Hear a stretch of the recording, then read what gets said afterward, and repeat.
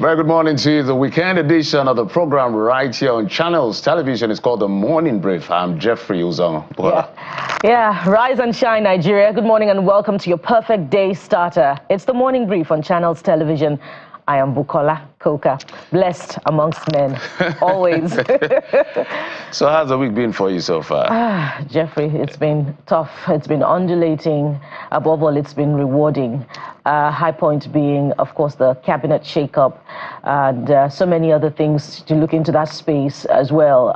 The rising cost of commodities and looking critically at moves by the administration to, address the situation and wondering where the results are. But all the same, thankful. Yeah, so there's a lot going on as well with the economy, and that's the conversation we'll keep having because it concerns every Nigerian. But as I was coming, I saw a statement, I think, from the presidency that has to do with an incident that has to do with the vice president's cockpit. There was an incident on his plane. He was supposed to represent Nigeria in Samoa, but now we understand that there will be a delegation of ministers that will be headed by the Minister of Environment. They'll be heading to Samoa. There's something that happened to his plane and all of that. So that's one of the things that some of the updates will bring. If we have more details, we'll let you know. As well as the issue of BRICS yesterday, it was all over the place, whether Nigeria has joined BRICS or not, but we understand Nigeria is a partner of BRICS. So what is going on with BRICS and other Western hegemony is the fact that, look, people are beginning to question the global financial architecture, and they are beginning to call to question some of the things that were agreed to in Bretton Woods in New Hampshire in the United States in 1944 by 44 countries represented by about 700 people from across board on how to manage the world's economy, especially after the World War. So the World Bank was created as a result of that. The IMF was created as a result of that. But now we're seeing what people are considering imbalance and some level of the global north, trying to use it in their own advantage and some discrepancy as well. So everybody's calling this whole financial architecture of the world to question, which is why Brazil, Russia, India, China, who are the original members of BRICS, had to come up with this organization, and then South Africa joined in between, and some new countries have added. So there are partners as well, because initially after Bretton Woods meeting, the dollar had gold backing. So for every gold, $35, but I think President Nixon later removed that backing because he found out that, look, this is not going to help his country because you can actually, in your reserve, drop money or drop gold, and gold doesn't reduce in value. So it's a technical conversation when it comes to all of those things. So the dollar itself is not backed by anything. It's just by fiat, and all of our currencies have been backed on the dollar. So those conversations are ongoing, and that's why I see BRICS getting the attention they are getting, one, because of the resources they have and the population they have. And let's see how this plays out in favor of Nigeria, even though we have partners or allies of the places like the United States. And, moves by the BRICS nation to boycott the dollar has also been receiving attention. Which is at the core of it. Which is at the core of it. And, but, we also need the federal government to confirm, this admission into BRICS because... No, they are partners, not like members. Well, whatever participation in whatever capacity. And it's important because an official of the government was speaking just a week ago on one of our platforms and had said that Nigeria had not even begun the process of applying for BRICS in the first place, but that the conversation is ongoing. So we must get confirmation on the nature of this partnership and clarity, because it will have significant impact on Nigeria's foreign policy and relations with the West. More so because we have a huge relationship with the Bretton Woods institution, with loans secured, with their influence also on our economic policies, if you talk about subsidies, and with the backing structural adjustment programs of the institutions, IMF and the World Bank, on the economic policies, particularly of this administration. And if you looked into the subnational space as well, there's a lot of loans, borrowings from the financial institutions seen in the relationship with development partners. So if Nigeria gets this partnership with BRICS, what impact would it have on our relationship with the West. It's an ongoing conversation, but will require the administration to confirm the nature of this partnership. Perhaps in the coming days, some ministers will be speaking either of finance or foreign affairs on the nature of this partnership. We hope to see all of that happen as quickly as possible. But I'm just happy to the fact that, look, not one person can call the shot anymore. So people are beginning to shake up the system, and we need it, especially when it comes to geopolitics. But that's not all we're talking about, or that's not what we are talking about.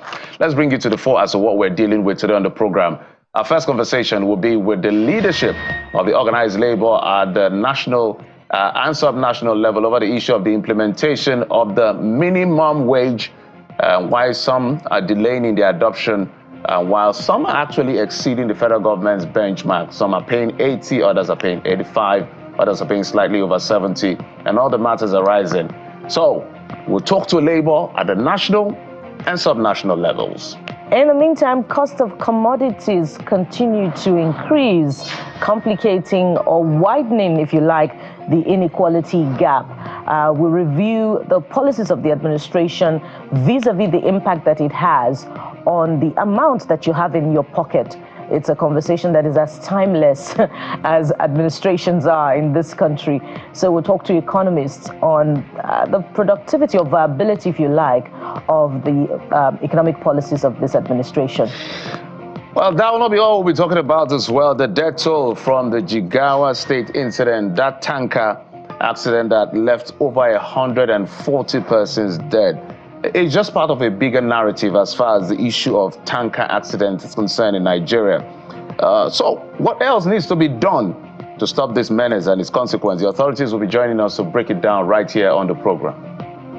And on the softer side of things, creativity may be God-given, but transforming it into a commercially viable product comes with attendant cost, and practitioners hope to recoup from such investment. But copyright still remains an issue. So today we'll be speaking with the person who is deploying technology to make the most of the hard work of creatives.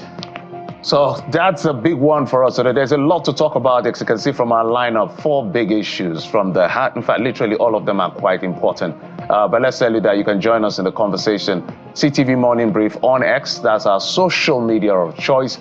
As soon as we get our WhatsApp up and running, we'll bring you up to speed to let you know how you can be part of the conversation on WhatsApp. But for now, if you have anything to say and you want your voices or your voice amplified, please go to X, I almost say Twitter, X, and just type CTV Morning Brief. That will attention us and we'll bring it to the fore right here. But hey, we'll take a quick break. When we come back, it's a bumper package. Like, we'll take a quick break. When we come back, we'll bring you our top stories. Join us again. Top on the brief this morning is an unfortunate incident involving an helicopter crash in Port Harcourt that has left at least 3 persons dead in the River State capital. The accident occurred in the mid-early hours of Thursday along the waterfront or waterways in Port Harcourt when a helicopter SK-76 operated by East Wind Aviation took off from Port Harcourt military base to the FPSO New Anton oil rig. The aircraft carrying a total of 8 persons ditched into the water near Bonifinima in the Atlantic Ocean. According to the authorities in a statement, a rescue effort had been activated while Nigerian Safety Investigation Bureau, NSIB, and neighboring aerodromes have been notified. The NSIB Director General spoke to our senior correspondent, Chamberlain Uso. At this point, we know where the helicopter crashed, so it doesn't really bear on this. And bear in mind that the helicopter crashed, I learned 1 kilometer from its intended destination. So in this, I can't say if it was really of any impact, but we'll be investigating all of these issues as we move forward. Can you provide more details on the cause of the helicopter ditching into the Atlantic Ocean? And are there any early indications of mechanical failure or environmental factors? At this time, I can't. I mean, it's too early to speak on that, but we do know the weather around the vicinity was a little marginal at the time of the crash. We'll know more in the coming days and we'll put out a preliminary report within 30 days of this incident. Our thoughts and our prayers are with those, the families of those who lost their lives. Let's now head to the presidency, where President Bola Tinubu has restricted ministers and heads of departments and agencies to a maximum of 3 vehicles in their official convoys. He also ordered all ministers of state, I should say, and head of agencies to have at most 5 security personnel attached to them, including 4 police officers and 1 DSS officer. In a statement by Special Advisor on Information and Strategy, Mr. Bayo Nanuga, the cost-cutting measure has been communicated to the National Security Advisor, Nuhu Ribado, instructing him to engage the military, paramilitary and security agencies to determine a suitable reduction in their vehicle and security personnel deployment. Meanwhile, the Senate is now in receipt of a request from President Bola Tinubu for the confirmation of the appointment of 7 ministerial nominees announced on Wednesday. President Tinubu's request seeking expeditious consideration of the request was contained in a letter addressed to the Senate President Godswill Akpabio, who read it at the commencement of plenary on Thursday, where urged the Senate to consider and confirm the 7 nominees for appointment as ministers. The ministerial nominees for confirmation include Nantaya Yewalda, Humanitarian Affairs and Poverty Reduction; Muhammadu Dangiadi, Labor and Employment; Bianca Odumego Juku, State for Foreign Affairs; and Jumoke Oduwale, Industry, Trade and Investment. Others are Idi Mukhtar Maiha, Livestock Development; Yusuf Atta, State Housing and Urban Development; and Suwaiba Ahmed, State for Education. Distinguished Senate President, request for confirmation of ministerial nominees. I am pleased to forward to the Senate the underlisted 7 nominees for confirmation as ministers of the Federal Republic of Nigeria. Well, that was not all from the Red Chamber. A slight disagreement ensued on the floor of the Senate over the source of funding recommended for regional commissions following the creation of the Ministry of Regional Development by the President. This came during a clause-by-clause consideration of the South-South Development Commission establishing Bill 2024. The Senate Committee on Special Duties had, in its report, recommended 15% of statutory allocations accruing to member states in each of the geopolitical zones to be used to fund the commissions. But some senators, however, raised observation on the recommendation. Some of the lawmakers sought clarification on the clause to avoid what they consider litigation between states and the federal government. However, after several explanations, the section was put to a voice vote and it was approved. Also, Section 23 of the establishment bills conferring operational immunity on the boards and executive of the commission was struck out. To other stories now, the Minister of Defense, Mohammed Badaru, has ordered troops of Operation Fansariyama to arrest the notorious bandit leader Bello Turji. The minister gave the order while addressing troops at the 1 Brigade headquarters in Gusau, Zamfara State. He explains how President Bola Tinubu has been following the activities of the troops in the past few months and has seen some level of improvement in the operation against terrorists and their associates in the region, but the challenges, he says, are still there. Well, the CBN has actually said that there is no cause for alarm as far as the Naira is concerned. But before that, just next door, the House of Representatives is asking the central bank, or was asking them, to sensitize Nigerians on the status of old Naira notes by the 1st of January 2025. Mr. Afam Ogene, who moved the motion, drew their attention to the fact that the Supreme Court had ruled that 200 Naira, 500 and 1,000 Naira notes will cease to be legal tenders after 31st or December the 31st, 2024. The House is worried that the CBN ought to have started sensitizing Nigerians by now. Instead, the CBN is still issuing out old notes 2 months to the deadline. But the CBN has clarified this, saying no cause for alarm. To urge the Central Bank of Nigeria to issue more new 200, 500 and 1,000 Naira notes and begin the gradual withdrawal of the old notes from circulation before the deadline of December 31st, 2024. So just to reiterate, the CBN has responded to that request by the members, saying there's no need to be alarmed. The Naira, they will go, the both notes, old and new, will be in circulation side by side. If there's an update, I'm sure the CBN will let us know. Let's move to the international scene. It's now a race against time for U.S. presidential candidates and their teams who are targeting swing states, hitting several of the key states that could decide that election just next month. Kamala Harris, I should say, versus Georgia, where she'll be joined by Bruce Springsteen, while Donald Trump is going west as he rallies in Arizona and Nevada. Elsewhere, election workers are bracing for violent threats, as some have begun wearing bulletproof vests over fears of an attack.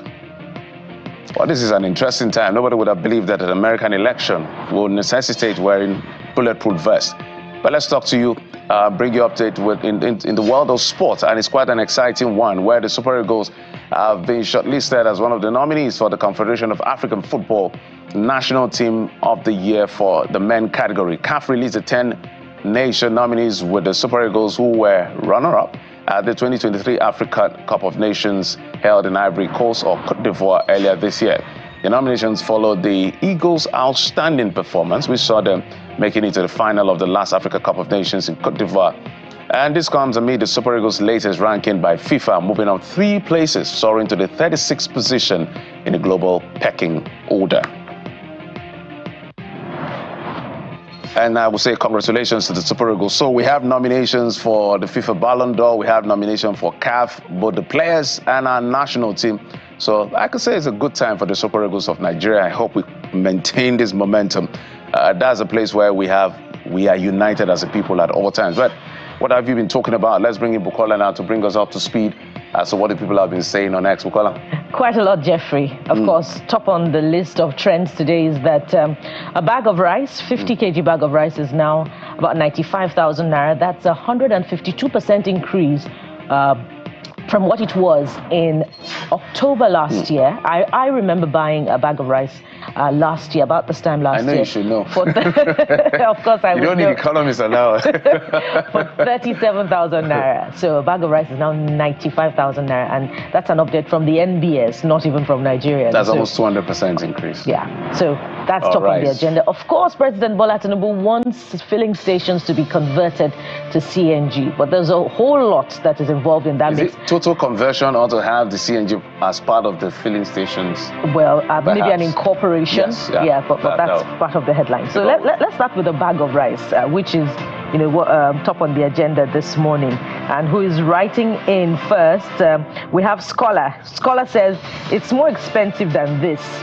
Have you heard groundnut oil price? Of course, that's also hovering between 13,500 and 15,000 naira for a 5-liter keg of groundnut oil. Of course, I should know that one as well. Okay. So, Scholar says Nigerians need a hug first. Yes, somebody said, somebody made a joke and said, if you go for a job interview and you're asked, what's your experience? Just say I'm Nigerian. That should serve for a reason, because we have gone through hell and warm waters. Annie says, bag of local rice now 95K, minimum wage now 70K. Sure, say we no go stop to chop rice like this. Okay, how do I? Because you're better with this interpretation. Sometimes, more like rice is so expensive. We should stop consuming rice. Yes. That's what Annie is trying to say. Well, it's a staple. We can't stop it. We can't stop it. Well, Otumba is the next user. Otumba says all these are caused by shortage in supply. Open up the land borders and watch the price drop exponentially. Okay, that's another part of the conversation. Yes. Nupe Prince says FG keeps mopping up the rice market as major buyers of the commodity, thereby making it scarce, and as a result, prices surge. I really feel when we talk about these things, and it's really heartbreaking. But whatever the government can do to relieve the pain, because on the social element, in trying to have the social net for the vulnerable persons, it's ineffective in Nigeria. As much as those measures are necessary, we can question how it was done, whether it was done properly. I'm talking about the subsidy removal, both subsidies, because it's subsidy. Whether you remove subsidy for PMS or you stop subsidizing FX by defending it, it's all subsidy. But now the most vulnerable are being hit. If the very wealthy are crying, not to talk about the most vulnerable. So government has to do something really quick. I think we've said a lot and enough about this. Now let's go on to the next talking point very quickly. President Bola Tinubu wants filling stations converted to CNG outlets. That's ascribed to the Minister of State for Petroleum Resources Gas, Ekwerikwe Ekpo. And Adeboye Elumaro is the first writer this morning, and he says, it's a good initiative, but considering the current challenging economic conditions, how many people can realistically afford to convert their vehicles to CNG?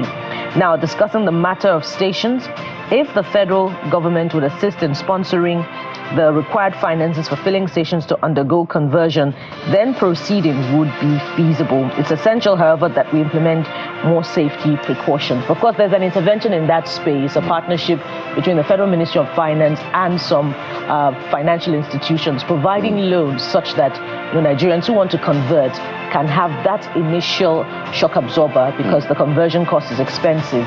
So, yeah, quite expensive. And pay over a period of time. Okay, Live Issues 11 says, but are they really considering the risks involved in converting petrol vehicles to CNG?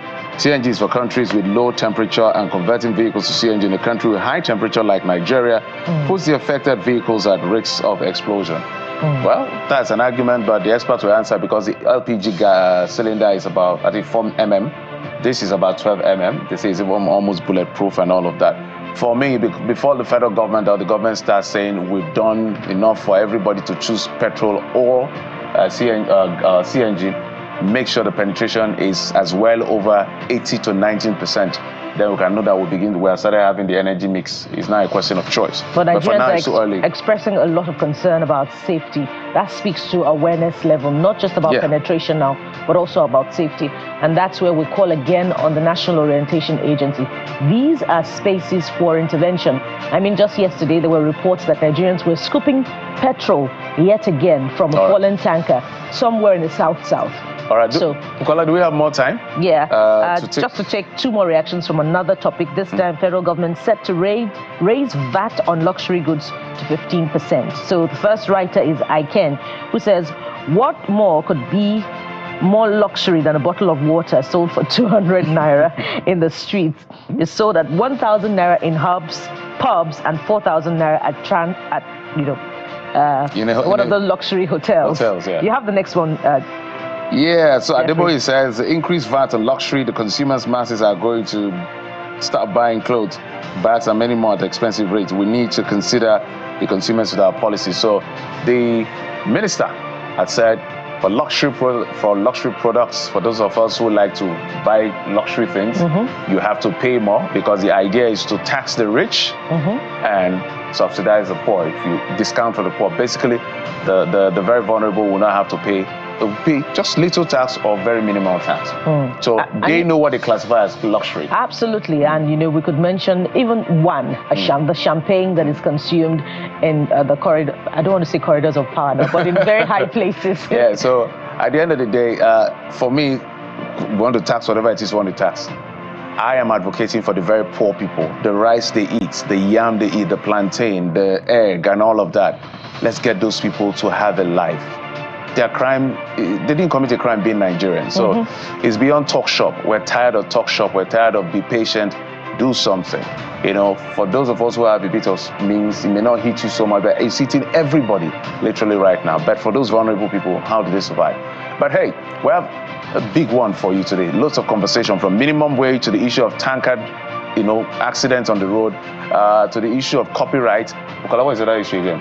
And of course, we have quite a lot on the lineup to talk about today. Yes, commodities, the economy. Yes, we'll talk about that as well. But we'll take a quick break. When we come back, we'll start our very first conversation. Join us again. All right, welcome back. Let's start with the minimum wage issue. I remember that has been a very, very, very thorny issue between the federal government and, of course, organized labor.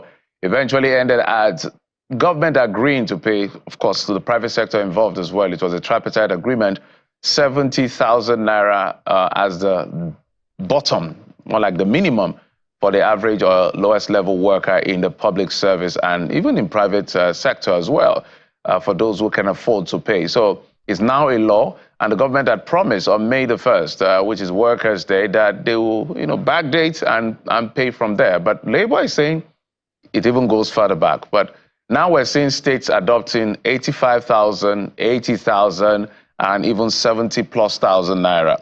That's why we're bringing to the fore this conversation to find out what is going on with the implementation. Has any state started paying, not just making pronouncement and all of that? We're joined on the program by Comrade Saheed Yinka, is the chairman of the Nigeria Labour Congress in Kwara State. Thank you, sir, for coming on the program. Also joining us is Chigemezu Nwigu, chairman NLC Imo State Chapter, both joining us via Zoom. Gentlemen, thank you for coming on the program. Very much. Good morning. The anchor of the program. I'm Comrade Murtala Said Olanka, Kwara State Chairman, Nigeria Labour Congress. All right, let me start with you, Mr. Yinka, on this particular one. I'm starting with you because your governor, the governor of the state, is the chairman of the Nigeria's Governors Forum. So, basic question, let's get this out of the way. How much is Kwara State paying? Have they started paying? Is the payment backdated? What exactly is going on? Just give us an overview of what is going on with this agreement. Kwara State government will commence the payment this very month of October. And the agreement on our negotiation is 70,500. Okay, so when you say start paying in October, the minimum wage agreements, I'm sure it's backdated because the federal government had promised. I remember the Minister of Labour and Employment, while negotiations were going on, said it will be from May. Is that what is going to happen? Are they going to pay the arrears? I just wanted to help us paint that picture. Actually, at our negotiation point, we demanded for arrears to be paid because of the challenges that the Nigerian workers are facing. But to our dismay, the co-chairman of the committee, who is the main commissioner for finance in Kwara State, lamented that they have no means of doing that, that it is better we join by payment this very month of October. Though the agreement is still ongoing because we cannot accept that. We have to have the arrears paid by the government of Kwara State. All right, let me take it to, I'll come back to you, Mr. Saheed. Let's go to Mr. Nwigu. Mr. Nwigu, if you can hear me, I want to pose the same question to you as to whether payment has commenced or is about to commence, and are they going to pay the arrears as well? Okay, thank you very much. My name is Comrade Uche Chigemezu. I'm the state chairperson in Imo State Council. Like you rightly asked, here in Imo, know that the minimum wage was signed into law on July 29th, and the state councils were asked to go back and domesticate it in their respective states. Here in Imo State, we have written to the state government, and immediately the governor called for us to have a meeting with him, which lasted for over 1 hour, where he agreed, accepted that he's going to implement the 70,000 minimum wage here in Imo State. Went further to do a nomination by writing to the government, sending the team for negotiation. In that meeting, the governor appealed to us that we should give him within a week or 2 weeks because he's traveling, so that they can now give approval to the team from the government side for us to renegotiate and then make sure that the minimum wage is domesticated here in Imo State. Like you rightly asked, you know, the issue of implementation is something that you need to sit down and discuss and agree on some certain terms, mainly on the arrears and then the modalities of implementation. Remember, it was signed into law on the 29th of May. It means that as soon as we start payment, arrears will be considered. And this is part of the things we are going to negotiate with the state government so that we can be in line with them. And I'm aware that the governor told us that he will not fail to implement it as the chairman of Governors Forum, and he's part of the negotiating team. So he assured us that there's nothing will stop him from implementing. Yes, we have had some state governments making some pronouncement. I believe as soon as we start negotiation here in Imo, definitely will come out of. And they assured us in our discussion that the negotiation will last within 2 or 3 sittings, or at most 3 sittings, which I know within a day or 2 or 3 will conclude, and then implementation. Also, he assured us in that meeting that before the end of this month, that Imo will be part of the people that will also domesticate the implementation of the 70,000 minimum wage and its consequential adjustment, which is most important. So that is the procedure and the process we have taken here in Imo State. Ahead of these negotiations, there were concerns that some states were even yet to implement the 30,000 Naira minimum wage. And there are current reports even now that for some category of workers, I believe the NUT, for instance, there were 12 states where those category of workers were yet to benefit from the 30,000 Naira minimum wage. Now, I wonder if Kwara and Imo states are involved. So give us a sense of what exactly is happening as far as that is concerned, as you await the 70,000 Naira minimum wage. Are there any concerns in these two states as far as the 30,000 Naira minimum wage is concerned? And I'm starting with you, Comrade Muritala. Thank you very much. Kwara State is a peculiar state and it's a unique state. We always abide by the system, especially the enactment law in the country. We are far from some of those states you are mentioning. Once a pronouncement is made by the federal government, we always make sure we work assiduously to be among the committee of the states who are to implement the current minimum wage. So Kwara State, we immediately, the 30,000 minimum wage was put into law. Our leadership in the labor sector, we sit down and we try to negotiate with the government, and none of any sector in the state that is not benefiting from 30,000 minimum wage. And as I'm speaking to you right now, the 70,000 minimum wage is to commence this very month of October, and no sector will be eluded or be sidelined from this benefit. So before I go to Comrade Nwigwe, very quickly, is that satisfactory? The implementation date of October for the 70,000 Naira minimum wage, is it satisfactory for all category of workers in Kwara State? Because the minimum wage is supposed to have been effective from, I believe, April or May. I think I've said that from the question asked from the first speaker. It is not satisfactory by any of us. That is why we demanded for the payment of arrears, of which we believe something better will come out of it. All right, Comrade Nwigwe, to you now, over to you now. Give us an update on whether or not the state government had complied with the old minimum wage of 30,000 Naira for all category of workers. Yes, when I come on board as the NLC chairman in Imo State, my predecessors, I had to get a report from them, and I was told that the minimum wage was something that was implemented here in Imo State.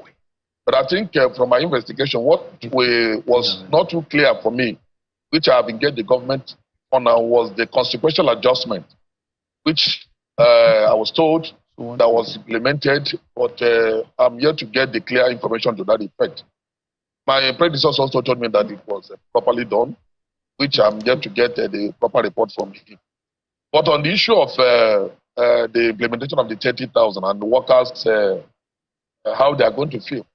Yes, as soon as we are done with the meeting with the government, on last Friday, we had to call for workers' address, give them address on the situation and the discussion we have already had with the government. And that assurance was given to them, and I'm telling you, confirming to you, that workers are very happy. And they are impressed that we are going to have the minimum wage, 70,000 domesticate here in the state, including its consequential adjustment. That is most important, because the 70,000 was on level 1, step 1, which I doubt if there's any worker in Nigeria, both in the private or public sector, are still on that cadre.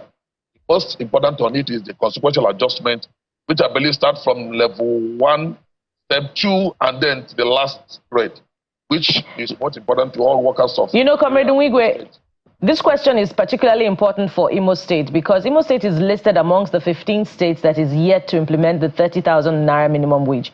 And during that spat between the NLC chairman at the national level and the Imo State governor, the governor had said repeatedly that his administration is not owing workers, that all workers have been paid, and in fact, all backlog of arrears in terms of pensions have also been paid. So what is your investigation showing as far as that is concerned? Yes, as soon as I came on board, like I told you, that information was what I sought for, because in Nigeria, everybody knew what happened last, and then that face-off between the national leadership of my house and Imo State, which for me is very particular. And I had to go into in-depth investigation, find out actually what was the true position. I came to understand that the information that was passing out then was not too clear. Some persons were trying to be very personal about it. So my investigation, and from the data we have gotten from the leadership as at then, was to show us that the implementation of the minimum wage of 30,000 was here in Imo. But the issue was on the consequential adjustment, which was not properly spelled out. And we have already gone into discussion with the government. I want to tell you that that matter has almost been resolved immediately I came on board. So let's just give us a categorical answer. Were they paying the 30,000, and as when due? Is anybody being owed the 30,000 besides the consequential adjustment? That's a straight answer we would like to get from you. As a president, nobody in Imo that is not enjoying the 30,000 minimum wage. Okay, let's bring in Mr. Uche Nekwe, who is the head international relations of the Nigeria Labour Congress. Joins us via Zoom. Mr. Ekwe, thank you so much for coming on the program. Thank you. I'm sure you've been listening to your comrades at the state level who have given their take as to what is going on. Some are telling us that the governors will start paying at the end of this month, and they're also having to talk about the issue of consequential adjustments and all of that intricacy. So at the national level, what's the update you have for us as far as the implementation of the minimum wage is concerned? Yeah, thank you very much. We take that a step for us to have agreed on the minimum wage.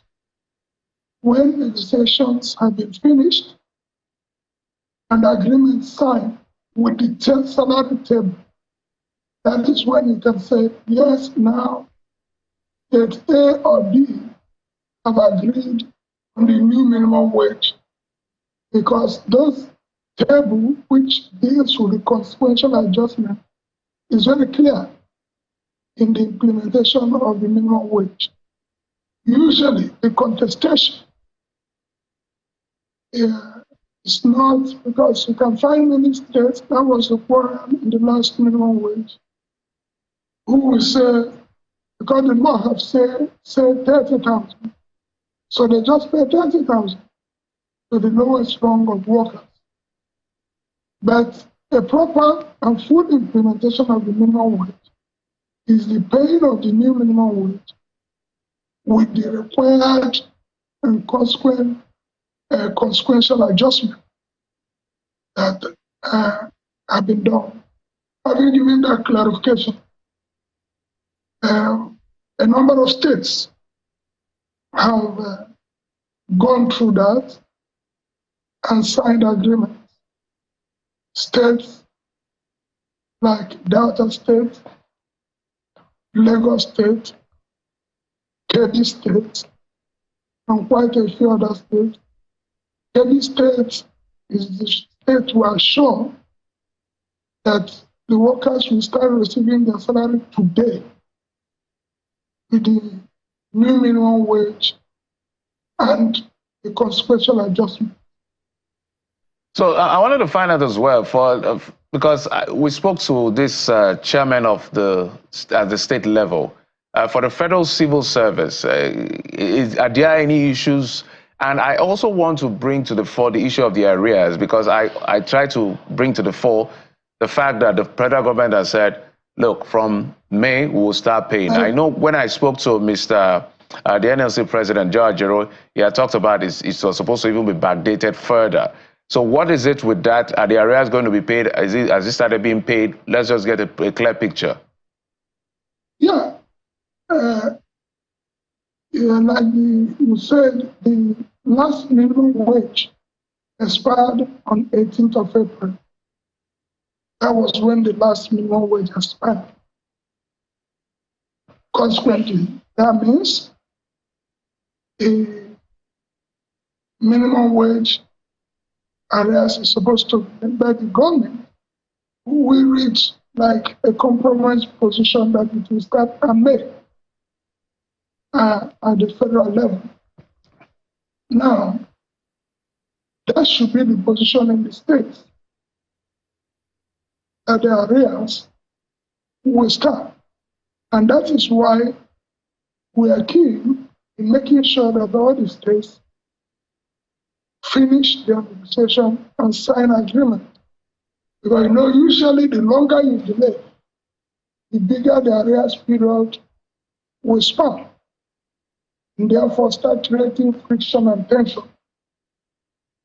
So our key interest now, of course, is that states should conclude the minimum wage negotiation, which includes the constitutional adjustment, and sign. Because the earlier you do, the more it reduces the period of arrears. And of course, we expect some states to agree on how the arrears should be paid. Is it going to be paid in lump sum immediately, or is it going to be spread across, like, say, 1-2 months?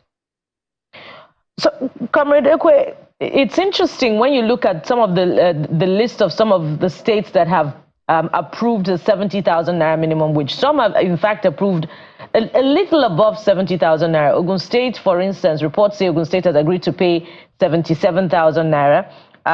Kogi State has agreed to pay 72,000 Naira. Ondo State is paying 73,000 Naira. And amid this negotiation, the state governments had said they would, discuss on what they are able to pay according to their own financial might. I'd like you to speak to how some states are surpassing that. That's on the one hand. On the other hand, there are reports that some states are not, in fact, carrying along the state labor congresses and other organized labor groups in the negotiation. So what is the NLC National doing about this?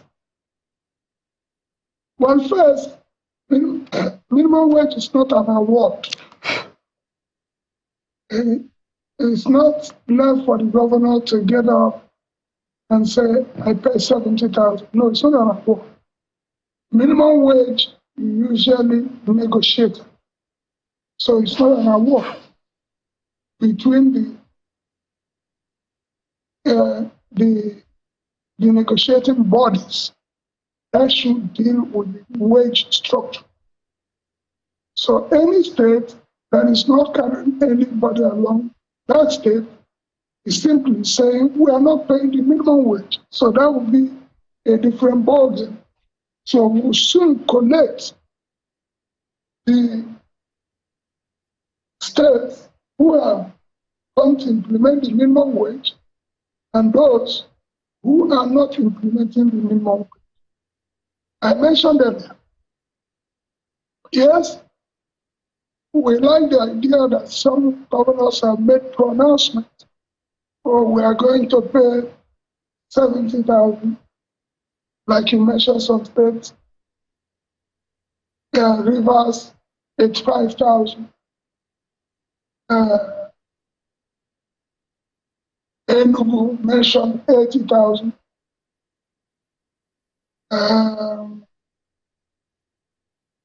But we are talking about states that have signed agreement with the consequential adjustment. Those are the people who will take that have agreed on the minimum wage. Other states have signed agreement with the table with the minimum wage at 77,000. every state have signed agreement with the consequential adjustment with the minimum wage 75,000. In fact, in their take-home case, people will start receiving the new salary wage structure today. Lagos also have even moved further to say that they will do further adjustment next year. Same with River. Outside pronouncement is those that have signed an agreement for us are those that have agreed on the new minimum wage. We appreciate those who have made pronouncement, but we take it that a state has settled the new minimum wage when they sign an agreement with organized level. All right, let's Mr. Akwe, let's now take it to Mr. Mukhtar on this one as we begin to wind down. Mr. Saheed, so you said the government said they will pay at the end of the month. So I know that you had mentioned at the very beginning, what were the initial challenges that was raised by the government in terms of paying that arrears, and how do you intend to navigate that part as we wind down? Your last thoughts? Yes, I say it's very simple arrangement. We have to write them officially, and of which they must meet with our request, and their failures to do so, we know union tactics that we have to exploit in making sure the deeds are done. All right. Gentlemen, I must thank all of you for coming on the program. It's an important conversation. We're just trying to keep tab as to the implementation, because we know that when labor sneezes, the entire nation quakes. So as much as possible, if there are promises being made, it's not just promises, by the way, this is law. So 70,000 is now law. Whether you can or you cannot, you have to pay. Looking at how you can domesticate. We must thank you, Mr. Oche Naekwe, Head International Relations of the Nigeria Labour Congress. Comrade Moktala Sayenka, Chairman, Nigeria Labour Congress, Kwara, Mr. Chigemezu Nwigwu, Chairman, NLC, Imo State. Thank you, gentlemen, for coming. And Jeffrey, it's just important to also mention at this point that there are reports that some states are also considering the 70,000 Naira minimum wage, but are planning to implement in 2025, and that leaves much to be desired. So the NLC, the Trade Union Congress, must demand more accountability from states that are planning to begin implementation from 2025. As it is, Nigerian workers are finding it difficult to make ends meet. The earnings are certainly not taking them home. So there must be more accountability, and not just for consequential adjustment and arrears to be paid, but for a decent wage to be approved for the generality of workers at the state level as well. Well, as we say, law is law. And when something is law, it's binding on everyone. So if they choose to do 2025, it's up to the labor unions in those particular states to stand up for their rights and make demands and ensure their demands are met. It's as simple as that. Law is law. It's been passed and is binding on all of us. We'll take a quick break. When we come back, we'll be joined by an economist as we look at the prices and the cost of commodities, how it's impacting manufacturers as well as consumers. And it's been a recurrent lamentation. So let's find out a new perspective as to how to navigate this part. Join us again.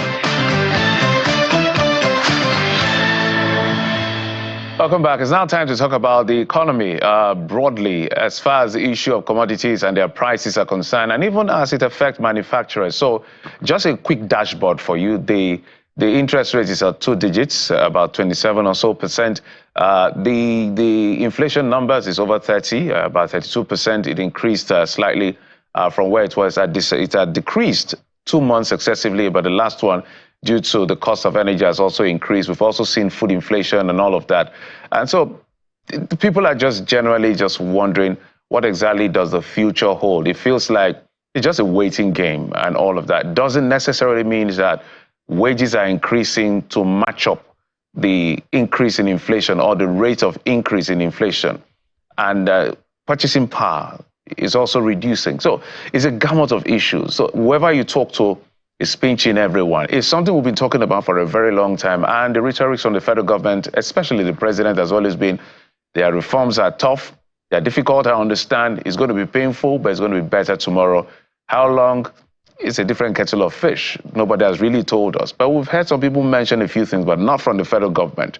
We're being joined on the program by an economist Mr. Johnson Chukwu, the CEO of Harcourt Asset Management. Thank you, sir, for coming on the program, sir. Thank you for having me. Good morning. Mr. Chukwu, you can see how it's almost like a repeat and rinse situation that we found ourselves since this policy has come to be. And the feelers, if you look broadly, that comes from the federal government, help me to maybe break it down. It feels like, look, we understand what you're going through. It's going to be painful. We know it's brutal, but it's necessary. But the average Nigerian subconsciously is saying, let's even take your word that is necessary, because everybody said they will remove one form of subsidy or the other. We can debate as to how it was removed, whether it was removed rightly. But how long will this pain last is a question that everybody's trying to be evasive from. Can you intervene? That's a tough question to ask anybody. How long will the economic pain last? What I would say to us is that what are those things that we can do or start doing now to reduce the time it will take us to come out of this difficulty? And I think that's the key thing.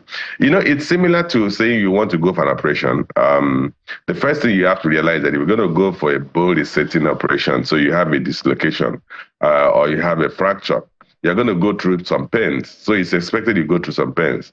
But the question is that when you're going through the pains, the doctors will administer some pain relief medication to use to reduce the pain you are going to go through.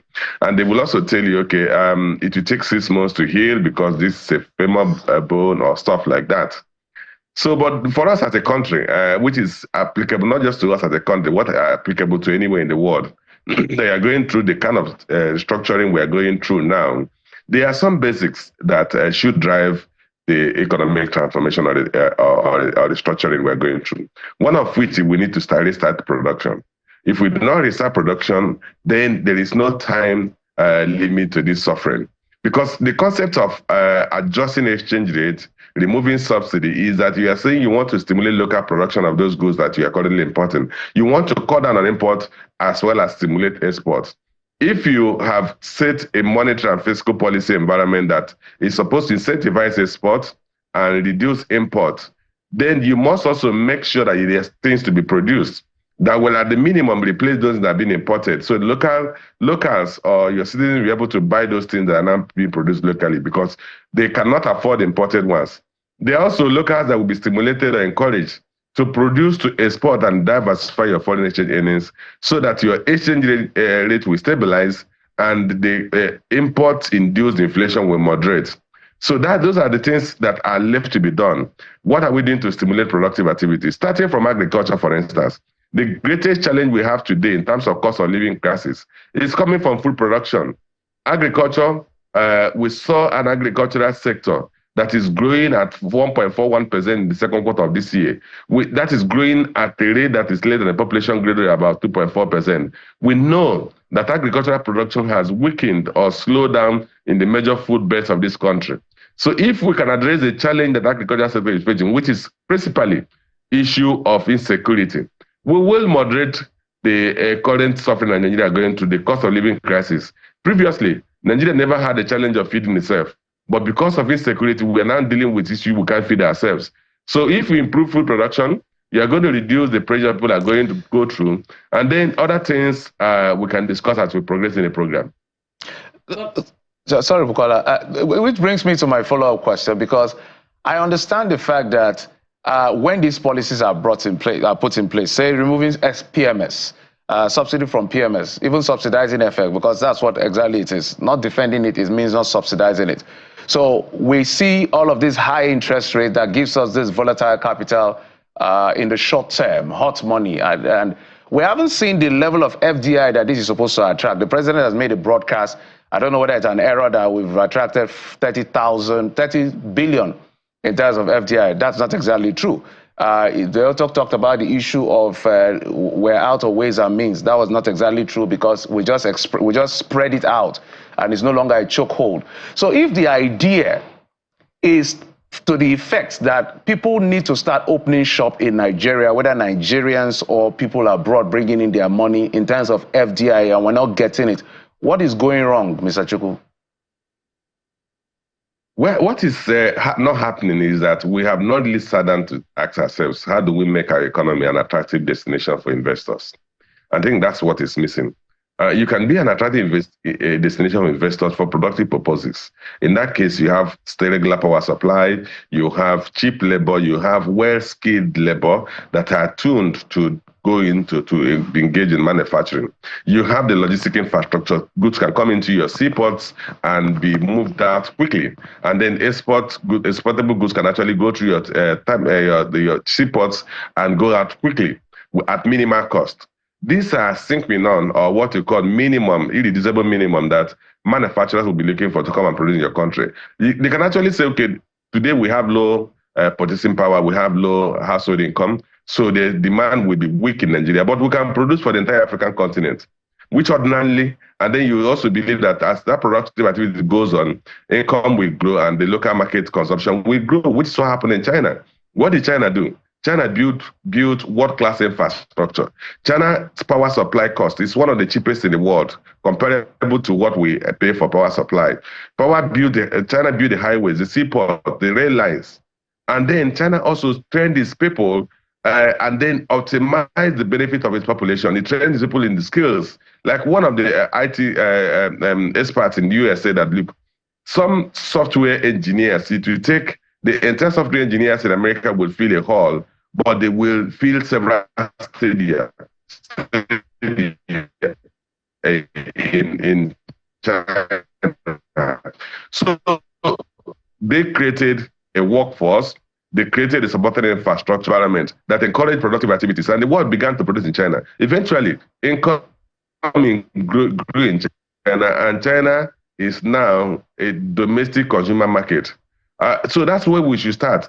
Let's build the infrastructure that we need to stimulate productivity. Then the investors will come here and set up manufacturing outfits. We must maintain some level of macroeconomic stability. You can't have the kind of wide gyration we have in exchange rate. And then you expect investors to come in. Geoffrey, just cast your mind back. Some 20 years ago, manufacturing outfits were coming here. Foreign manufacturers, P&G, Procter & Gamble came to a setup in Ibadan, a world-class manufacturing outfit. We saw the likes of Nigerian breweries expanding the Build-Ama breweries, expanding their footprint in the country. They bought the big breweries in Aba. They were expanding the same thing with GSK, Nestle. But today, these companies I've mentioned, many of them have left this country because the environment had become very inclement for them to continue to operate. Until we make the environment attractive to even local and existing manufacturers, we're not going to attract foreign manufacturers. So that is the missing gap. Well, Mr. Chukwu, I'd like you to review some of the support for Nigeria's economic reforms as expressed by the World Bank. Just recently, the country director was commending the CBN's economic reforms, saying that they're on the right path. And in another breath, the World Bank would also say that about 50% of Nigerians are living in poverty.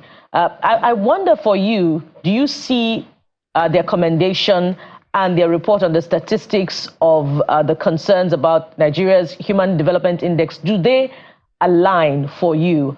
And should Nigeria begin to review her relationship with the Bretton Woods institution? Mr. Chukwu, did you get my question? Okay, they are not conflicting report. We are actually, yes, absolutely. I got your question. They are not conflicting report. They are actually addressing two completely different issues. One is the issue of economic reforms, particularly as it relates to monetary policies specifically. And then the other aspect has to do with the level of poverty in the country, the cost of living in the country, and the incidence of poverty in the country. Let's start from the first part, which is the issue of monetary policies. The monetary policy objective of the central bank is to maintain price stability. So the central bank's objective is not necessary, unlike the US Federal Reserve Bank, which has a twin objective of price stability as well as full employment. But Nigeria's central bank primary objective is to maintain price stability. So what they have done is that, irrespective of what happens elsewhere or the impact of those policies, they are focused on how do we keep exchange rate stable, how do we lower inflation rate, How do we reduce interest rate? So those are the three major things they are looking at: exchange rate, interest rate, and cost of credit. So that's their focus. And primarily, if you look at the central bank policy in the past couple of months, it's mostly focused on maintaining price stability. Unfortunately, they have not been able to succeed in doing that. But contrary to that objective, there is also the objective to grow the economy. So, and we know that these issues do not align in the sense that if you take policies to slow down inflation rates, slow down consumption, you're also going to slow down economic productive activities. So the impact of that is that we're seeing an increase in the level of unemployment. We're seeing an increase in the cost of living of most households. We are seeing a depression in the standard of living of Nigerians. So, but the World Bank was mentioning two different things. So it's not a matter of whether we should review our relationship with the World Bank. The question is that, do we have well-developed monetary and fiscal policies that are focused on the priorities of the economy today? Every country should develop its policies based on its domestic needs. Today, we have the challenge of productive activities, production. We have the issues of unemployment. We have the issues of high inflation rates. What are the internally or locally developed policies that will address that? And I can dwell on that for the next 1 hour. One of these is that the first thing is that we need to look at the cost of living crisis we are going through. Is it externally induced or locally induced? It's purely locally induced issue of food production, which I have highlighted earlier. The other aspect is crude oil production, which is also locally induced challenge we have today. If we increase our crude oil production, and I'm happy that the federal government is alluding to that they want to increase crude production by 1 million barrels every year. If we increase crude production, we're going to improve our foreign. It appears that we have connectivity challenges just when we're getting some direction about solutions to improving the economy. As we await the stability of the network, Mr. Chukwu, if you can hear me, the importance of that question is to the effect that if the World Bank commends the economic reforms of the administration in one breath, and then also expresses concerns about Human Development Index, doesn't it show that perhaps the economic policies are not yielding the desired results? That's the need for the review of some of the influence and the direction of the responses of the International Bretton Woods Institution on Nigeria's economy. Speaking of which, if we look at also another aspect of it, which is the social safety net, which is a direct response of some of the to some of the economic challenges, are you seeing the social safety net response being viable to act as a shock absorber to the harsh economic policies, i.e. subsidy removal? Are you seeing any result in that regard, or is it a matter of accountability yet again? I think both are some of the challenges we have. The social safety net that the government has put in place. We know the Minister of Humanitarian Affairs was suspended because of issue of accountability, so we cannot dismiss the fact that it's an issue of accountability. But we also look at the structures or the system they put in place to reach out to the most vulnerable in the society. I think that's still questionable. We've not really developed a comprehensive database of the most vulnerable in the country. And unfortunately, the number of the vulnerable is increasing. So, and that leads us to, what do we need to do to stop the descent of households into poverty? And that's why I said, look, let's start from the minimum, the irreducible minimum issues of food. You know, Bukola, if most households can afford to eat and can afford to live in decent accommodation and can move around, transport themselves, that's what the basic that other countries offer. If you go to a place like England, you don't see so many people who are very rich. But an average English person will be able to commute by train from his residence to the office and commute by train back home at relatively affordable cost. An average household in England will be able to feed. And those are two basic requirements according to Maslow. They are basic physiological needs of man. And unfortunately, when people are not able to eat, And the first measure of poverty is inability to feed yourselves. And that's why the World Bank criteria for measuring poverty is $1.9 income per day. And if you can't afford that, then it simply means you can't feed well. So let's start even by addressing the issue, which I think if the government is serious, we can address in the next 6 months, because the cycle, the gestation period of most of the crops we produce there is less than 6 months. You see maize, cassava, tuber, but farmers should be able to go to their farm unhindered by what we call bandits. And if we can address that, we will, in the next 6 months, be able to reduce this level of economic difficulty Nigerians are going through. All right, Mr. Johnson, I'm happy you're here to give us direct intervention, which is why I like when you bring your thoughts to the issue. You're quite specific. So let's go to some specifics. The truth is that for a very long time, we haven't diversified our economy. When we look at our portfolio in terms of our trade, we look at the level of exports we do, we know that crude oil still accounts for about 70 to 74%. So if crude oil is still our major cash cow and remains our major cash cow, I think there should be some level of state of emergency in that sector. And the bone of contention, we can't control what pricing is, but we can manage what production is. It's not a question of what quota we're allowed to put out in the market. And we've been struggling. In fact, the Nigerian government or the NNPCL puts out numbers that comprises of crude and condensate, but OPEC doesn't consider condensate. So we're far away from target. And this constant statement about we want to improve, everybody's exhausted. What is holding us back? It's just like saying that this is my biggest source of revenue and everything lies within my power. I have the military, I have community relations, I am the government. Why can't we get our numbers up, in your view?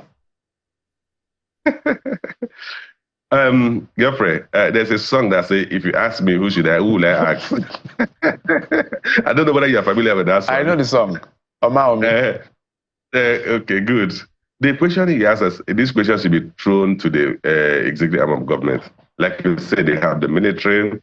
Today, there's technology that you can use to monitor every part of your country. We have Google, we have even the commercial Google, they can pinpoint. Geoffrey, the truth is that you can actually, by technology, I am sitting in my house, I'm sitting in my sitting room, it's there. And at this point, we are conversant. So the government has the tools to monitor the crude pipelines. The government has the tools to monitor those who are breaching the pipelines. Why they've not been able to arrest the issue of crude theft, crude pipeline breaches, it's as good as you can imagine. The answer is as good as you can imagine. So I think the government has its job well cut out. The truth is that if we arrest the issue of crude theft, breach of crude pipelines, we're going to see an improvement in crude production. Because some of the wells that are shut in, that they can't produce because they don't have evacuation channels. So people are now using virtual evacuation channels. They're hiring batches to now batch their crude, which is a very expensive process. Whereas we have the pipeline that can be repaired and crudes could pipe into the pipelines and go to the export terminals. So it's all about what the government does, which I said when I spoke about the World Bank. I said the World Bank is referring to the policies of the monetary authorities. There is also the bigger elephant in the room, which is the fiscal authorities. Most of the issues that we are dealing with now that are causing the challenge are the full steps of the fiscal authorities.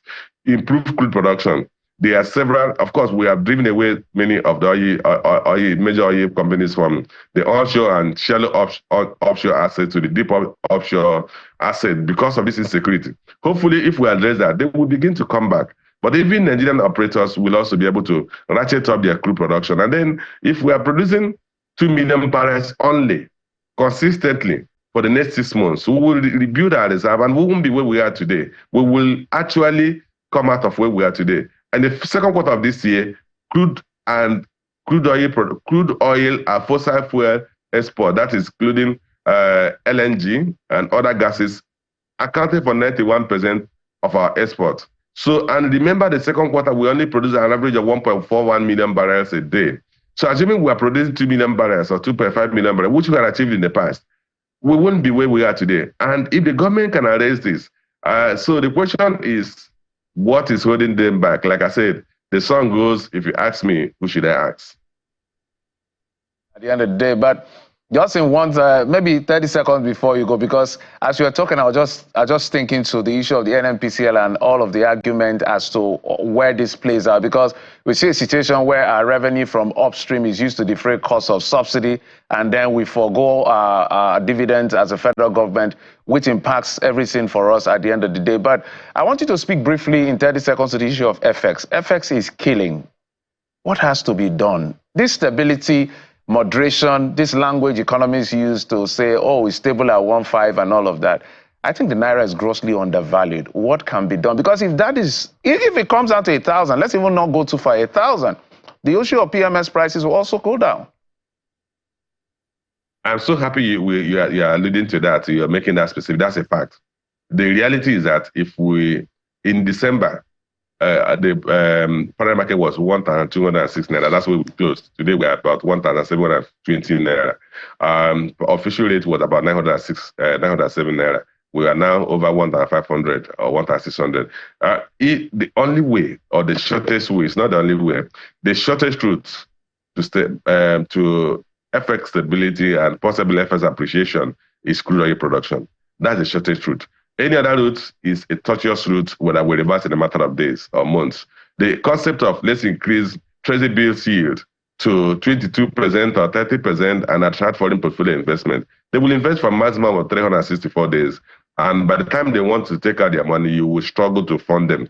We will only have one route in the short term to addressing FX liquidity and foreign exchange rates, and that is crude oil production. Founder, MD, Carry Asset Management. If you ask me who I go ask, I'll put that in mind at the end of the day. We brought you to help us. You're not asking me, what do I? Thank you so much for coming on the program. We appreciate you, sir. We hope and we hope that things are going to get better. It's our country, so we don't have a choice. Absolutely. Thank you for having me. Absolutely. Thank you, sir. We'll take a quick break now. When we come back, we'll switch gears. The issue of tanker accidents, a menace on our highway. What can be done? The authorities are here to explain to us. Join us again.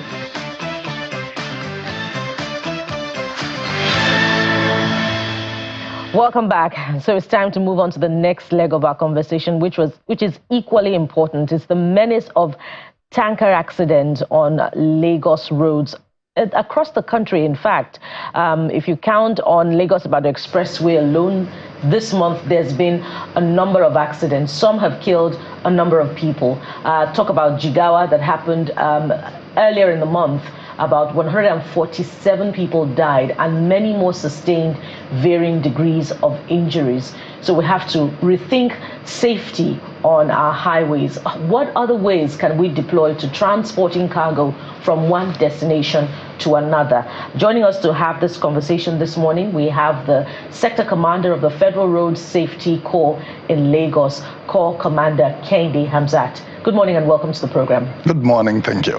Thank you so much for coming through. My sincere pleasure. So I'm sure that the Corps is as concerned as every other Nigerian is, and the Corps is also in the business of, providing data and awareness about the number of accidents that happen on the highways. As the Corps been taking inventory of the numbers and what measures are being deployed to ensure that these articulated vehicles are complying with safety standards as they travel the long distances, particularly on expressways? Thank you so very much. I wouldn't want to say it has increased. It was actually decreasing. About 2-3 years ago, the rate at which tankers create problem or menace on our highways was serious, until we now deploy a particular method. What did we do? We had to post our staff. We call to the various tank farms. At the various depots, we have our staff representing us, catching them from home, checking these tankers before leaving depot. So these and lots more. Unfortunately, some of these tankers, when they leave depot, they load and they offload to another vehicle to be taken to another place. Eventually, when something happened, they say they were not checked. Meanwhile, the vehicle that was checked at the depot is quite different from the one that actually traveled with it. That's when our men on the road will check on them. There was a time I was traveling, and I saw a tanker dripping fuel. I was on my private vehicle, and I tried stopping this particular tanker, but because probably I was not in an official vehicle, it sped off. It knew exactly what was happening. So I don't know, probably was rushing to another place to actually drop this content. But the thing was actually following. I rushed and overtook him, went to the nearest police checkpoint, informed them this same guy refused to stop. If we continue, we'll create more calamity, because it might end up running into another vehicle. So most of these things, we put in place things to mediate or intervene into this issue by sending our men to the various depots to check them before they leave. They check the manhole, they check the dispenser hole, everything. They have a checklist. They check these vehicles. Unfortunately, most of the ones that are checked are not the one getting to the last destination. They transload to another vehicle, probably as a result of whatever they think. So our men on the road who are actually on operations, once in a while we see. Safety is everybody's responsibility. There are times members of the public will even inform us that a particular vehicle is coming, which also anomaly, and we end up arresting them. And if they circumvent the system, you know, it should be true because of what we see on the roads. Some of those articulated vehicles are not well keyed into the flatbeds, and you see some dangling. Some, when you're driving past them, you're weary and you want to quickly be away from them, far away from them as much as possible. And one wonders what happens to the tankers also carrying petrol as well. But I want you to speak to this. If indeed that is the approach that the Corps is deploying, do you have a challenge of capacity to reach as many of these tank farms as possible across the country, you know, such that this standard procedure, this task force is ensuring the compliance and minimizing the rate of accidents on the roads? Sincerely, we have our men all over the depot representing us and checking these vehicles. Unfortunately, like I said, most of these acts were perpetrated in between, from the time they left the depot and the point of transit. So something somewhere had happened. And you can't continue to follow a tanker from the point of loading to the point of dispensing. So in between, probably they must have done something. If unfortunately, most of these things happen maybe in the night when our men are not on the road. It's like they monitor our movement, they monitor our activity before they do some of these things. And unfortunately, when it happens, many innocent individuals are always involved. Very unfortunate. Let's talk about consequence for bad behavior. That is why there is a law. The law is to track those that have this tendency for bad behavior. We always have them among us. So, two-pronged question: how much of technology is your service deploying to help this situation? Because you mentioned something critical. It looks like they found a way around it, despite the effort that is being made. What are you doing to check this new maneuver they've started with? Because if you're aware that they are doing this, then a measure has to be put in place to check them. Because at the core is a lives and property. Thank you. You see, we are not ghosts. We can't be everywhere. However, we just launched an application, FRSC mobile app, where you and I can, of course, explore and give information to road safety officers. There are people at the back end monitoring this application.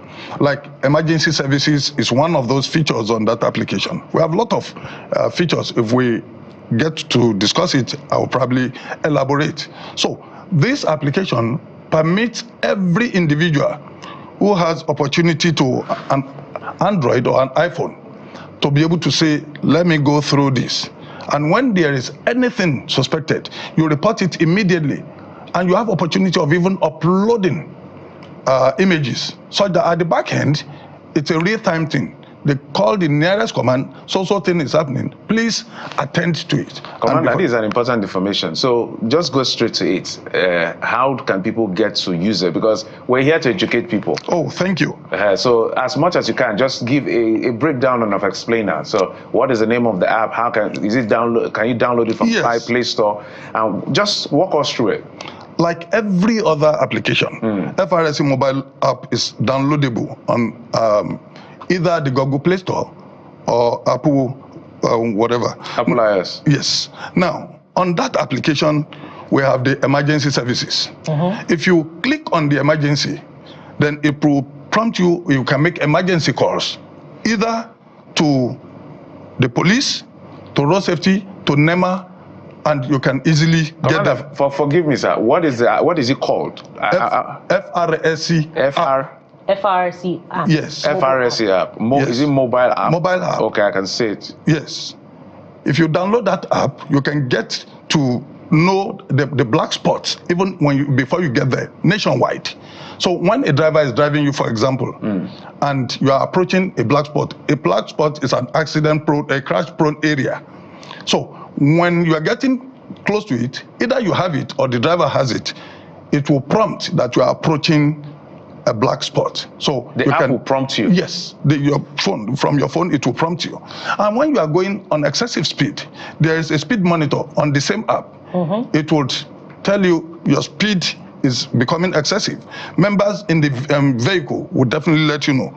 Then we will have the MVI's activity, where you can check your vehicle documents. And of course, you can check your number plate, the viability of your number plate. Then you can report stolen vehicles on that same app, which means it has its own security features too. Now, apart from that, you have the driver's license application, where you can verify driver's license, where you can get capturing center nationwide, driver's license capturing center nationwide. You can as well get a driver's history on that same application.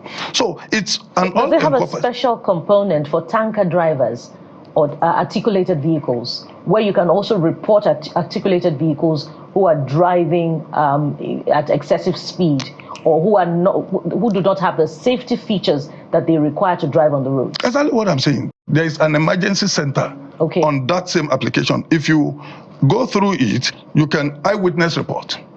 It's one of the features there.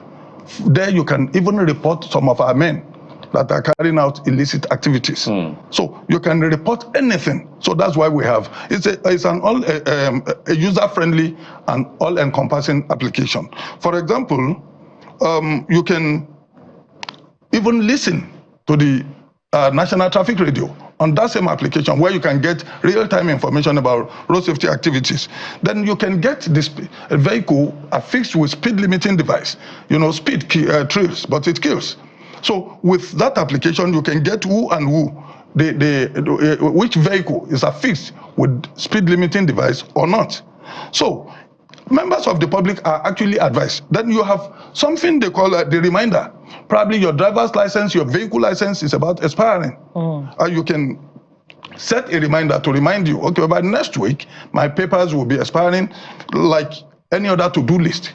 So you can use it as that. Then you can have about our driving school standardization program, where you can check the names of certified driving school across the country, and you can verify the driving school certificate issued to you if it's valid or not, and lots more and lots more. Still on technology, is there a component on this mobile app or something that the core is thinking about, such that it can enable the FRSC to fine erring companies of tanker drivers? Because the manual approach, to compliance is definitely not working. FRSC officials cannot be running after articulated vehicles that are not complying with safety. So is there anything in this technology or anything else that the core is considering that can enable the core to fine erring companies? Yes, we have the National Vehicle Identification Scheme. If you pick the registration number of a vehicle or even the chassis number, we have a desk officer imputing this data. It will give you the complete information of the owner of the vehicle, the phone number that you can communicate and get across to. I'm just looking at the app because the reason, part of the conversation we're having is for people to be properly educated. Yes. And get, so I'm going to look at it properly when we don't have all the time. So, but a few more questions for you, sir. So in terms of basic education, I want you to give to the public. when we are driving and we see these tankers, how should we conduct ourselves in terms of driving? Because some of these guys, the way they drive, they look like they are high on something.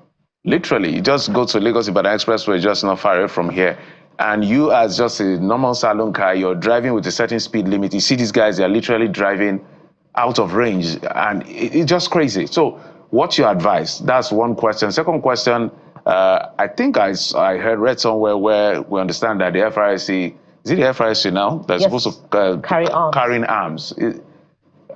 People are worried about that as well, as far as the issue. Why would the FRSC carry arms? So maybe answer those two questions as we begin to wind down. Yeah, let me quickly say on the issue of arms bearing, it's not a request. It's some group that says there is need for FRSC to bear arms. And of course, bearing arms is not for us to use it as enforcement.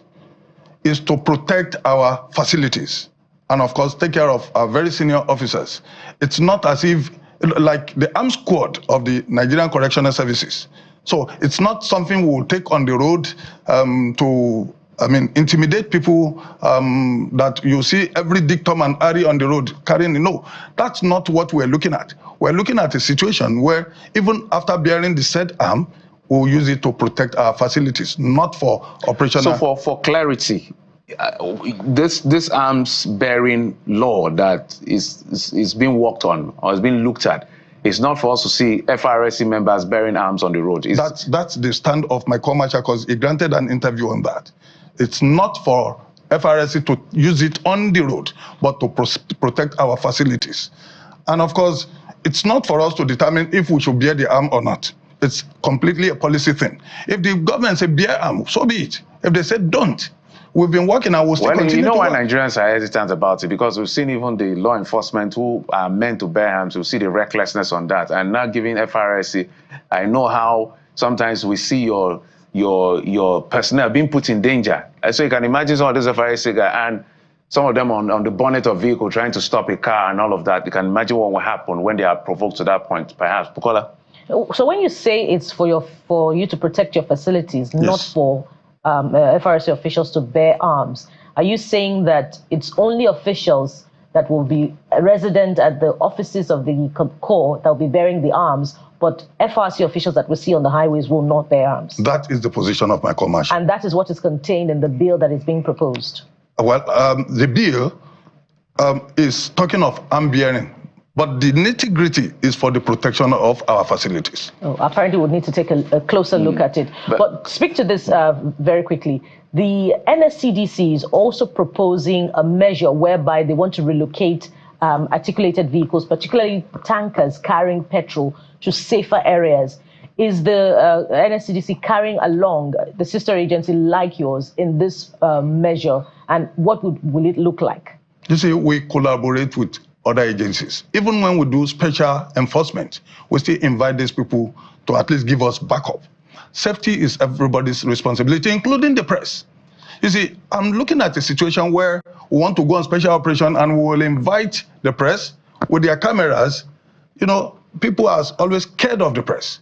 So when they come with their cameras, you see people actually abiding by the rules and regulations on the road. Don't let me forget your initial question of... yes, so we have 30 seconds, just maybe wind it. You see, when you're driving your vehicle, you are driving 5 vehicles. Your own vehicle, the one in front, by the right, by the left, and behind you. Okay. So when you see a crazy driver, of course, you consider every other driver as insane. You are the only sane driver, so you drive with caution.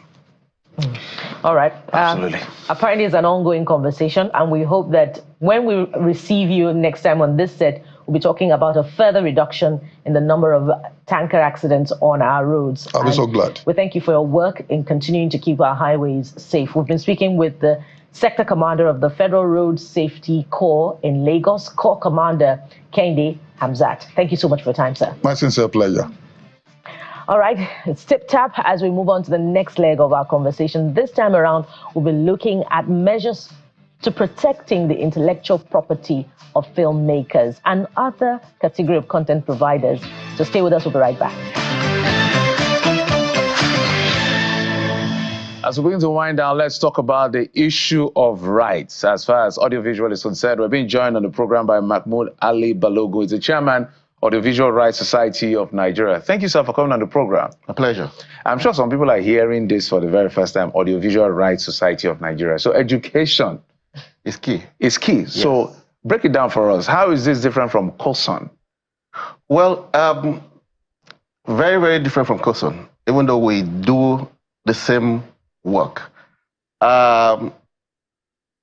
Maybe we should be talking about COSON now because COSON, by virtue of our laws, is not what is responsible, the organization responsible for music right now.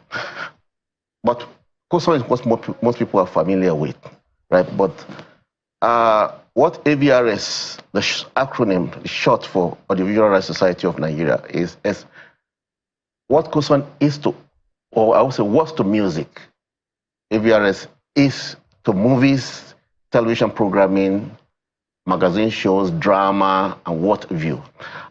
It's a collective society in place, licensed and approved by government to mitigate the menace of abuse of content, right? Piracy and all that, whether you do it intentionally or unintentionally. How does this work? As a collecting society, what you do is you license people who use our works. That's some talk of movies, TV shows, dramas, and what have you, in their commercial establishments for profit, right? So what we now do is that we license those people, hotels, broadcast stations, transporters, hair salons, barbing salons, and what? Airlines. Airlines. Great. You're already catching the groove, right?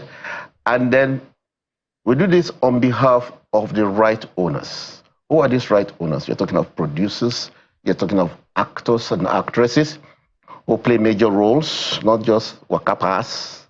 You're talking of directors of movies, programs.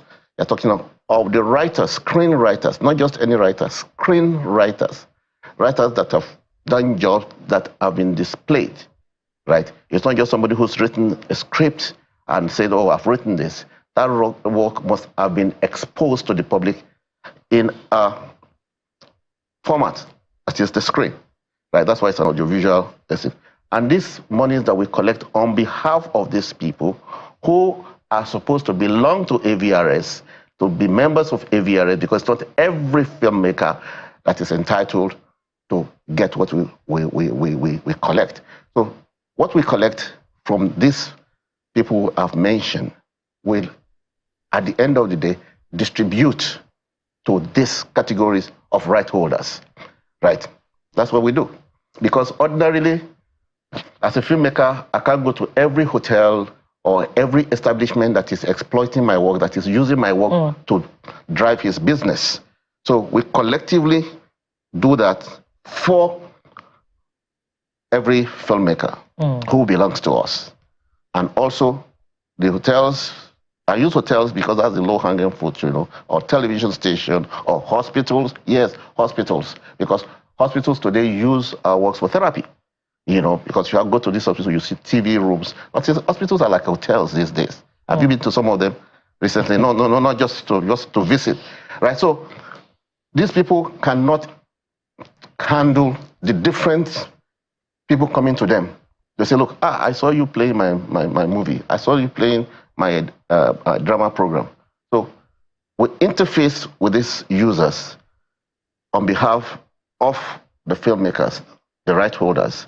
And at the end of the day, whatever we collect, which is a fraction, I mean it, a fraction of what they are charging.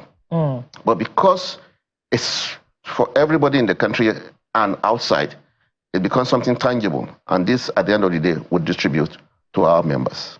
You know, Jeffrey's question about the visibility of the organization is important, which brings me to my next question. How popular is the AVRS amongst filmmakers, producers, directors, content providers? And, you know, that's a way of asking also, what is the strength of membership, registered members of, you know, this category of creatives who are due to collect copyright? Whatever we collect, yes. Right. It's a new organization, not new per se, not in it, but in terms of the history of collective management, the world over, and in Nigeria in particular, we're still very young. It got approved and licensed in 2014, but operationally, we started running from about 2019, right? And then COVID came, you know.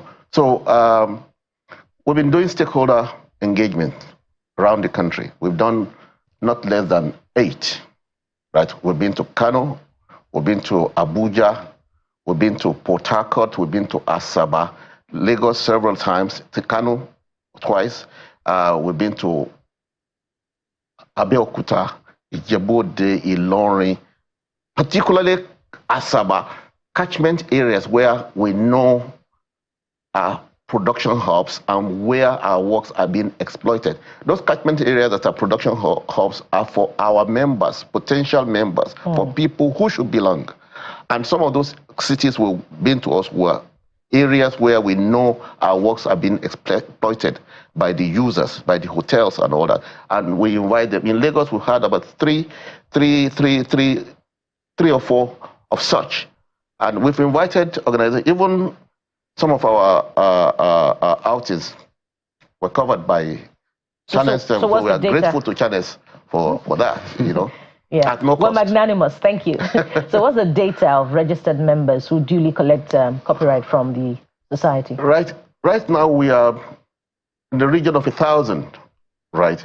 Because like I said earlier, it's not everybody involved in the film industry that is entitled to rights payment. So very quickly, yes. And this is important for broadcast organizations. When does a user infringe upon the law and is using the content for commercial purposes? You've said it.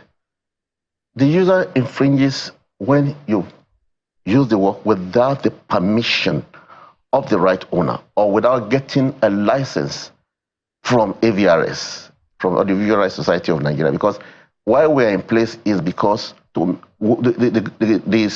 society, the government wants it to be easier for you to be able to interface and not run foul of the law. So AVRS issues you a license, so the filmmaker does not come to you to disturb you to say, look, you're using my work.